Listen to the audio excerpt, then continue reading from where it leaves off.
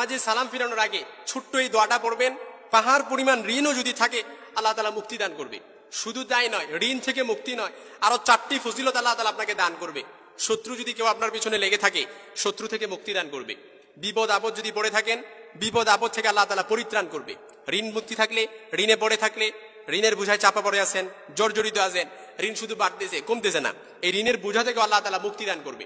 এমনই কি কেউ যদি আপনার উপর জুলুম করে, অন্যায়ভাবে জুলুম করছে, আপনি মাজলুম, এই জুলুম থেকে আল্লাহ তাআলা আপনাকে হেফাজত করবে। নামাজে সালাম ফেরানোর আগে এই দোয়াটি পড়বেন। বুখারীতে এসেছে নামাজে সালাম ফেরানোর আগে কোরআন সুন্নাহ ভিত্তিক যে কোনো বৈধ দোয়া আপনি পড়তে পারবেন, কিন্তু নিজের ভাষায় অন্য কোনো, অর্থাৎ নিজের ভাষায়, বাংলা ভাষায়, অর্থাৎ তাসবিহ, তাহলিল, কোরআন তেলাওয়াত এগুলো ছাড়া নিজের ভাষায় কোনো কিছু বলতে পারবেন না। কিন্তু আপনি যে কোনো বৈধ দোয়া কোরআন আল কারিমে আছে, হাদিসে আছে, আপনি এগুলো বলতে পারবেন নামাজে সালাম ফেরানোর আগে।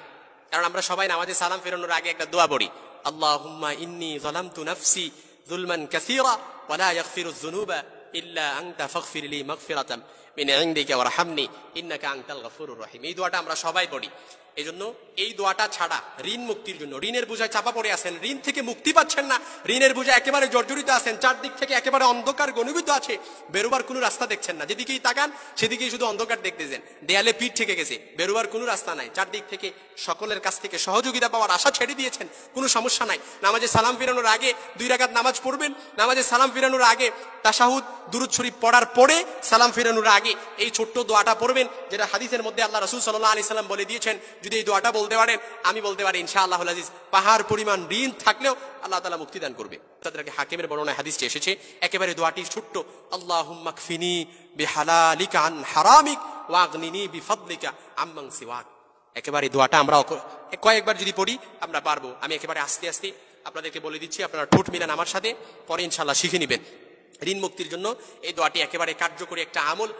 নামাজে সালাম ফেরানোর আগে 2 রাকাত সালাত আদায় করবেন, সালাত আদায় করার আগে এই দোয়াটি পড়বেন। 2 রাকাত সালাত আদায় করার আগেই দোয়াটি পড়বেন। ঋণ মুক্তি, হয়তো ঋণ করে ফেলছেন, বুঝে না বুঝে করে ফেলছেন, এখন অনুতপ্ত হচ্ছেন, আল্লাহর কাছে ক্ষমা চাচ্ছেন, আল্লাহর কাছে ক্ষমা চাচ্ছেন, এখন আল্লাহর রাস্তায় ফিরে আসার চেষ্টা করতেছেন।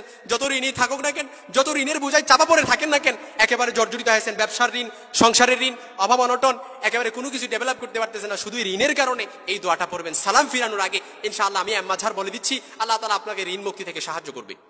আল্লাহুম্মা কফিনি বিহালালিকা আন হারামিক ওয়া আগনিনি বিফাদলিকা আম্মান সিওয়াক, ওয়া আগনিনি বিফাদলিকা আম্মান সিওয়াক। আল্লাহ তাআলা আমাদের সকলকে যত ধরনের পেরেশানি আছে, যত ধরনের শত্রুতা থাকুক আমাদের পেছনে, অনেক শত্রুতা লেগে আছে, এই দোয়াটা পড়বেন, শত্রু থেকে আল্লাহ তাআলা হেফাজত করবে।